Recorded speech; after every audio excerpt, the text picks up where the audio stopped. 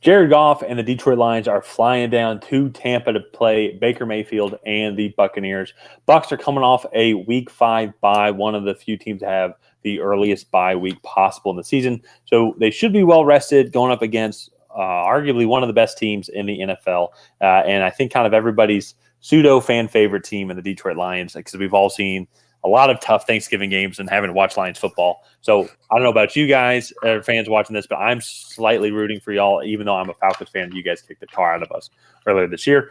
Also, too, going up against the Bucs, NFC South team, Falcons need y'all to win. And so that being said, kind of want to throw it over you, Ryan, here.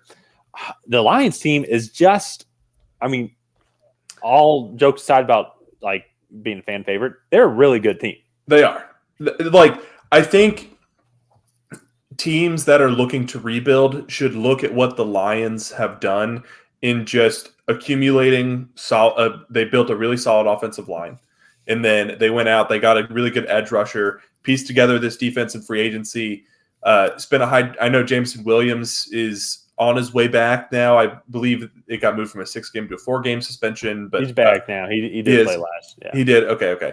And so like they spent a high round draft pick on a receiver. And then this last year, they were able to kind of stock up on a couple players in the early rounds of the draft that could come in and like really contribute right away. So like they've done a great job just accumulating talent. And then Dan Campbell, hats off to him. I mean, what he's able to do to get this team ready to play every week, and just the energy that they play with is really impressive. So sorry, I was laughing in my head internally. It's like you just got to do what the Lions do, and my immediate thought was suck for 70 years, get everybody to feel bad for you, and then start rooting for you, and then like start playing competent football. Well, no, and I'm just joking. I'm just joking. I'm just a horrible human being that way. But I agree with you. I mean, like that was one of the things I remember people like when the draft happened. People were commenting about like Lions, what a horrible draft. I mean, you draft Jahmyr Gibbs at 12, then you do Jack Campbell, Sam Laporta, like why take him? And then it's like Brian Branch, like there's a reason why he fell to the second round. And it's like, why take him? I didn't. I was like, I thought he was a top 10 pick. This channel was like, okay, you're telling me right now, like if the Lions fan, if we told you this at the end of the season last year, you'd have these 4 players, like with your first 4 picks, like you guys would love that. Doesn't matter the order. Does not matter the order. You would take that in a heartbeat. And they have absolutely. Sam Laporta is going to be one of the best tight ends in the league, in my opinion. Jahmyr Gibbs, you see the potential there. Jack Campbell has had a huge impact. Brian Branch has been amazing to watch. He is hurt, so that's going to be one of the things to watch here, and we'll get back to the secondary injuries here in a second. But just in general, though, you're absolutely right. The drafting that Detroit Lions have done, I'm pretty sure it's Brad Holmes, the GM. Correct me if I'm wrong. I think that's right. But then also Dan Campbell and just the culture that they've installed there. Love seeing it. Love watching them play. Want to quickly, though, get to just some injuries here. So Brian Branch, he did get hurt in the Green Bay Packers game. And so that's just going to be a status to watch. Of course, then they played the Carolina Panthers. And I'm blanking right now if he did play in that game. I don't believe he did. But Emmanuel Mosley, who was just coming back from a season-ending ACL injury the year before, tore his ACL, unfortunately, in that game. So now he will be out. So I just bring that up because that is now just a couple of unfortunate injuries that are building up, especially then too with C.J. Gardner-Johnson also out as well. Those were the big names coming into the season. For the secondary, Cameron Sutton is still healthy, which is good. But you just want to try and stay as healthy as possible, especially this Lions team who just needs to have a good secondary to complement their good defensive front.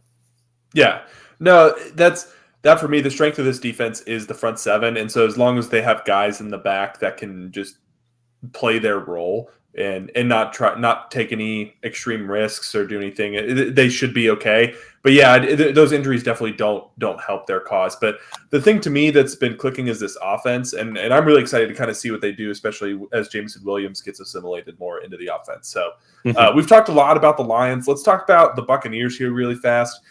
They are leading that division right now, like you did mention in the beginning. They're coming off a bye, though, so they've only played 4 games. They've been pretty impressive so far this year. I really like kind of what they've done. Rachaad White is having a pretty good year. Mike Evans did tweak his hamstring in their last game, so hopefully him getting that extra week of rest, he'll be good to go this week. And like they've just been really good. Todd Bowles has this defense playing well. So I think they'll pose a pretty decent challenge, I think, for the Lions. Mm-hmm. Yeah. The biggest thing to me, I think, is can this defense contain this Lions offense? And so, as right now, they didn't play a game, obviously, in week 4. So, I'm trying to look at, they're averaging about 230 passing yards per game, which would put them, I would say, in the middle of the pack at the highest when it comes to passing yards allowed per game. And then on the rushing yards allowed per game, they are a little bit better in that category. But still, I would say about average, maybe slightly above average in overall rushing yards. Yeah. But with the Lions team, I mean, the key to this offense is going to be this offensive line. And I think they're going to be able to – I still feel like they're going to be able to run all over Tampa Bay. And that is if Jahmyr Gibbs and Amon-Ra St. Brown, those are a couple injuries that they're going to have to watch because Amon-Ra St. Brown did not play last week. I'm pretty sure Gibbs didn't play in last week's game either, and Montgomery got a majority of the touches.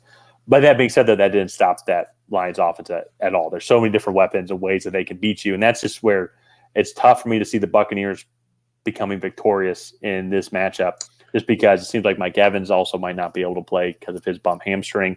Something to watch all throughout the week to see if he's healthy or not. But there's just a lot more ways I can see the Lions pulling out victorious in this one than the Tampa Bay Buccaneers. So I'm going to go with the Lions here. I think they're going to have another high-scoring game. I'm going to go like 31-24. Yeah, I'm going to go with the Lions as well. I think it's just kind of what you said. The way David Montgomery's running the football right now, and this offensive line is getting so much push, even with like some of the injuries they've had, it's been really impressive. And then I think you just throw Jameson Williams into the mix, into this receiving core. I'm including Sam Laporta in that too. Like they can just burn you so many different ways. So I'm going to go with the Lions. I'm going to go 38-27. I think they give up more points, kind of similar to the Philly Jets game. I think the Buccaneers score a late touchdown and make it seem closer than it probably really was. I like it. So, yeah. But we're both going with the Lions. Let's go ahead and wrap this video up here. If you guys have not already, please go ahead and like and subscribe. Leave a comment down below on who you think is going to come out ahead. Is it going to be the Detroit Lions, Tampa Bay Buccaneers? Let us know. And on that, we'll see you guys next time.